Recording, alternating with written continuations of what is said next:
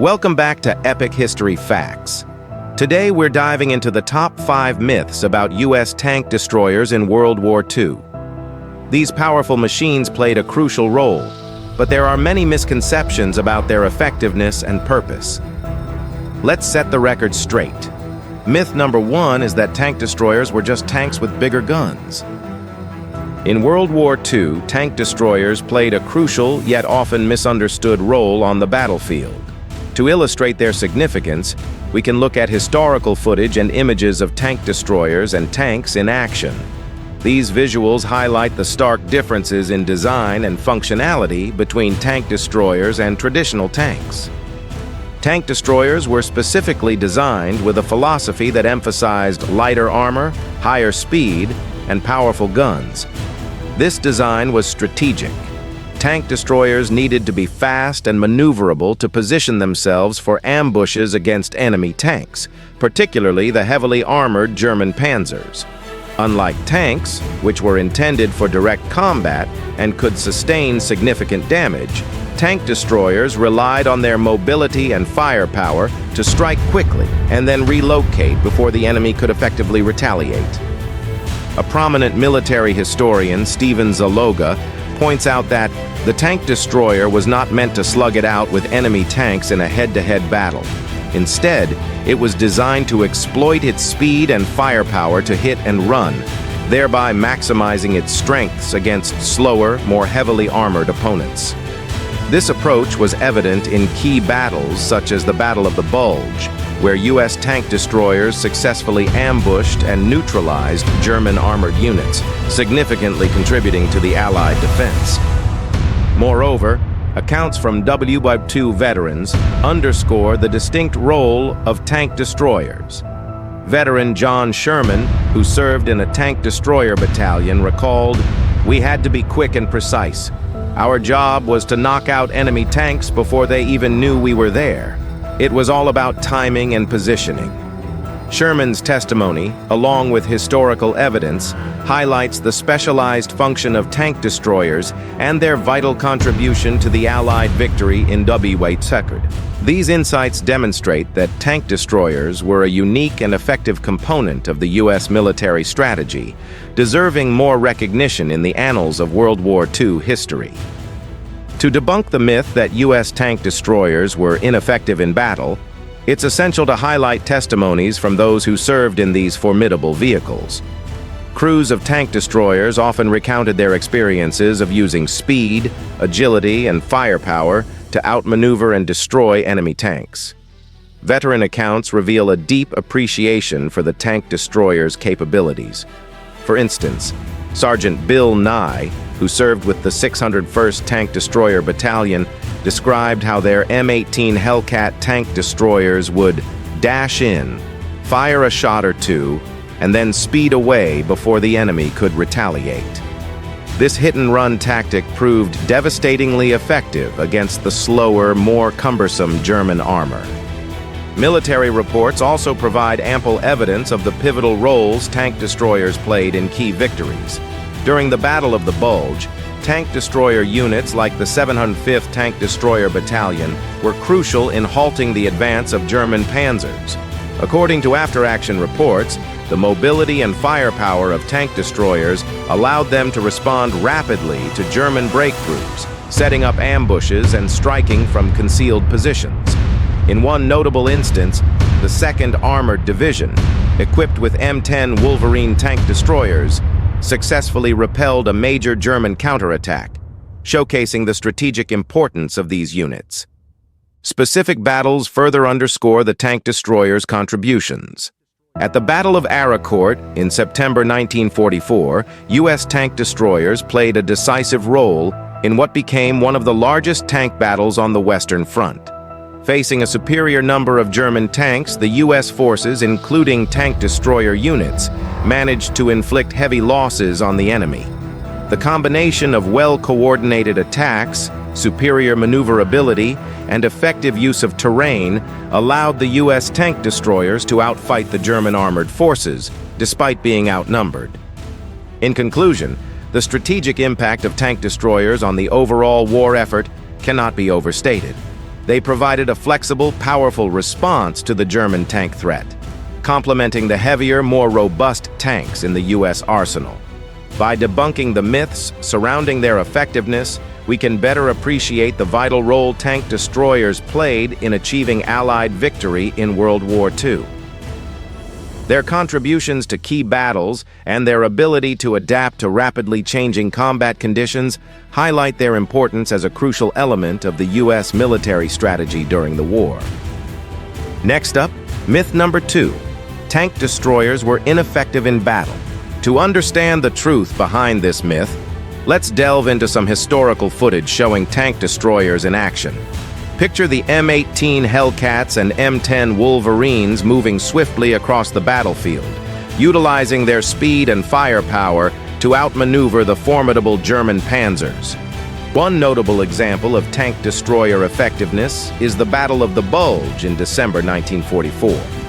The 705th Tank Destroyer Battalion, equipped with M18 Hellcats, played a crucial role in halting the German advance. These Hellcats, with their superior speed, managed to ambush and destroy numerous German tanks, significantly contributing to the Allied defense. In this battle alone, the 705th was credited with knocking out over 30 German tanks.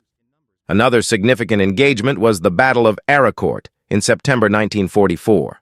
Here, the 4th Armored Division and its attached tank destroyer units faced a major German counterattack.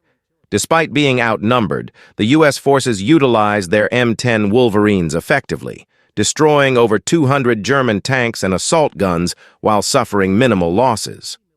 These successes underscore the strategic importance and battlefield effectiveness of tank destroyers. Statistics from these battles further support the effectiveness of tank destroyers. For instance, the M18 Hellcat achieved impressive kill-to-loss ratios, with some units reporting a 2.1 or even 3.1 ratio in favor of the Hellcats.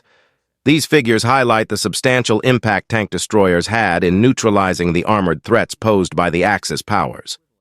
To further debunk this myth, we can turn to the testimonies of those who served in tank destroyer units and military reports from the time. Sergeant Bill Nye of the 601st Tank Destroyer Battalion described how their M18 Hellcats would dash in, fire a shot or two, and then speed away before the enemy could retaliate. This hit-and-run tactic proved highly effective, allowing U.S. forces to disrupt and destroy German armor with minimal casualties. Military reports also provide ample evidence of the pivotal roles tank destroyers played in key victories. For example, during the Battle of Arracourt, the 4th Armored Division's tank destroyers were instrumental in repelling the German counterattack. Their ability to quickly reposition and strike from concealed positions gave the U.S. forces a significant tactical advantage. Specific battles, such as the Battle of the Bulge and the Battle of Arracourt, demonstrate the critical contributions of tank destroyers. These engagements highlight how tank destroyers, with their combination of speed, firepower, and strategic deployment, were able to turn the tide in favor of the Allies. In conclusion, the strategic impact of tank destroyers on the overall war effort cannot be overstated. They provided a flexible, powerful response to the German tank threat, complementing the heavier, more robust tanks in the U.S. arsenal. By debunking the myths surrounding their effectiveness, we can better appreciate the vital role tank destroyers played in achieving Allied victory in World War II. Their contributions to key battles and their ability to adapt to rapidly changing combat conditions underscore their importance as a crucial element of the U.S. military strategy during the war. Myth number 3 is that tank destroyers were only used in Europe. To understand the truth behind this myth, let's first look at a map displaying the deployment of U.S. forces during World War II.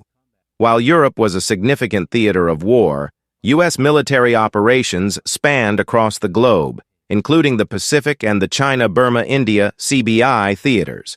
Tank destroyers, contrary to popular belief, were not confined to the European front, but played crucial roles in various other regions as well. In the Pacific theater, tank destroyers were used effectively in several key battles. For instance, During the Battle of Okinawa in 1945, the 776th Tank Destroyer Battalion provided critical support to infantry units. The rugged terrain and fortified Japanese positions necessitated the use of these versatile vehicles to neutralize enemy bunkers and tanks, showcasing their adaptability beyond the European landscapes. To further debunk this myth, we can share specific accounts of tank destroyers in action in the Pacific. One vivid example comes from the Battle of Okinawa, where the 776th Tank Destroyer Battalion's M18 Hellcats were instrumental in overcoming heavily fortified Japanese defenses. Sergeant James McCraw, a crew member of the 776th, recounted how their Hellcats were used to destroy Japanese pillboxes and tanks, providing indispensable firepower that helped secure victory on the island. Quotes from soldiers who served in these regions further highlight the global deployment and versatility of tank destroyers. Private First Class George Smith, who fought in the Pacific, described the M18 Hellcat as a game-changer in the dense jungles and mountainous terrain. Its speed and firepower allowed us to tackle enemy positions effectively and support our infantry with precision. In summary, the deployment of tank destroyers was not limited to Europe. These vehicles were used in various theaters, including the Pacific, demonstrating their versatility and strategic importance. Their contributions to battles like Okinawa underscore the global reach and effectiveness of U.S. tank destroyers in World War II, debunking the myth that they were only utilized on the European front. By understanding their widespread use, we can better appreciate the comprehensive role they played in the Allied war effort. Myth number 4 is that all tank destroyers were self-propelled. To dispel this myth, we need to examine the full spectrum of tank destroyer types used during World War II. Visual aids will show both self-propelled tank destroyers, like the M18 Hellcat and M10 Wolverine, alongside towed tank destroyers, such as the M5 3-inch gun motor carriage. These images will help clarify the differences and specific roles each type played on the battlefield. Self-propelled tank destroyers were designed for mobility, enabling rapid deployment and repositioning during combat. For instance, the M18 Hellcat was renowned for its speed, capable of reaching up to 55 km/h. This allowed it to execute quick strikes and evasive maneuvers against enemy tanks. The M10 Wolverine, with its heavier armor and powerful 3-inch gun, provided a balance of mobility and firepower, making it a versatile asset in various combat scenarios. In contrast, towed tank destroyers, like the M5 3-inch gun motor carriage, were designed for different tactical situations. These were artillery pieces that could be transported by other vehicles and positioned in strategic locations to ambush enemy tanks. They often boasted larger, more powerful guns than their self-propelled counterparts, compensating for their lack of mobility with increased firepower and range. Towed tank destroyers had distinct roles and advantages, particularly in defensive operations and ambush scenarios. The M5 gun motor carriage, for example, was a towed anti-tank gun that could be deployed in well-prepared positions, allowing for effective use of its powerful 3-inch gun. Its ability to be concealed and positioned in strategic locations made it a formidable weapon against advancing enemy armor. One notable example of towed tank destroyers being effectively used is during the Battle of the Bulge. The 823rd Tank Destroyer Battalion, equipped with towed 3-inch guns, played a crucial role in the defense against the German offensive. Captain Robert M. Smith of the 823rd recounted how their towed guns were strategically placed to create deadly kill zones, effectively neutralizing German Panther and Tiger tanks from concealed positions.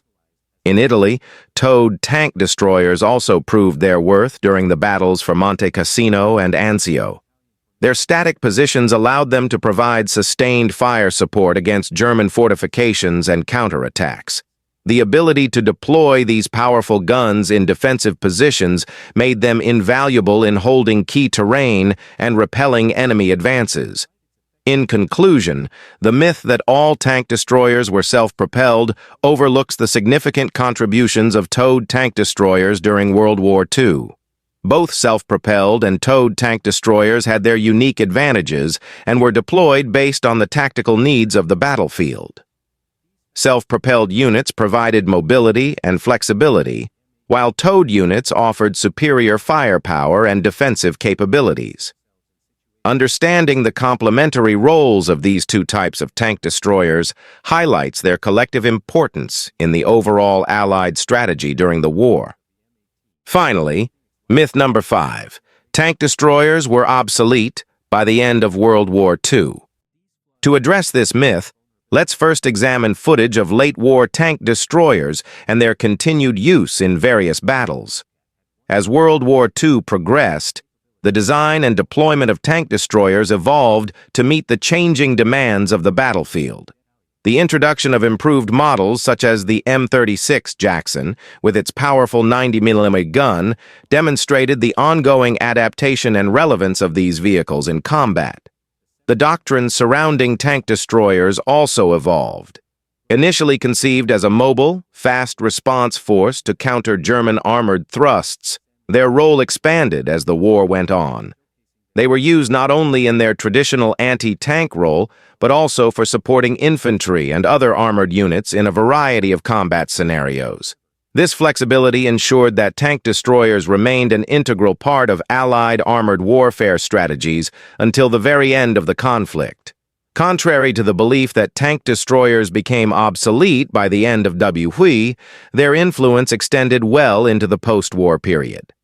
After the war, many countries continued to use and develop tank destroyers based on the lessons learned during the conflict. For example, the Soviet Union incorporated similar design philosophies into their post-war armored vehicle development, while the U.S. continued to refine anti-tank tactics and technology. Military analysts have pointed out the lasting impact of tank destroyers on modern anti-tank warfare. John Buckley, a noted historian and military analyst, remarked, "The principles behind tank destroyer tactics, mobility, firepower, and the element of surprise, remain fundamental to modern armored warfare. While the specific vehicles may have evolved, the core strategies continue to influence military doctrines worldwide." Additionally, the development of modern anti-tank guided missiles, ATGMs, and dedicated anti-tank units can trace their conceptual roots back to the effectiveness and strategies employed by WWII tank destroyers. These modern systems continue to embody the principles of rapid deployment and concentrated firepower that were hallmarks of tank destroyer units. In conclusion, the myth that tank destroyers were obsolete by the end of WWII overlooks their significant and lasting contributions to military strategy and technology. Their evolution during the war, combined with their post-war influence, underscores their importance in the broader context of armored warfare. The enduring principles of mobility, firepower, and tactical flexibility that defined tank destroyer doctrine continue to shape modern military strategies, proving that these vehicles were far from obsolete. So there you have it, the top 5 myths about U.S. tank destroyers in WWII, debunked with historical evidence and expert insights. We explored the unique design philosophy behind tank destroyers, their critical roles in key battles like the Battle of the Bulge and the Battle of Arracourt, and their deployment beyond Europe into the Pacific theater. We also clarified the use of both self-propelled and towed tank destroyers and debunked the notion that they were obsolete by the war's end. Tank destroyers were a versatile and vital component of the Allied war effort, influencing modern anti-tank tactics and technology. If you enjoyed this video, don't forget to like, subscribe, and hit the notification bell so you don't miss any future episodes. We'd love to hear your thoughts and any additional myths you'd like us to address in the comments below. Your feedback helps us create content that you find engaging and informative. Stay tuned for our next video, where we'll dive into the unsung heroes of WWII. We'll explore the stories of lesser-known but equally important figures who made significant contributions to the war effort. Thanks for watching, and we'll see you next time.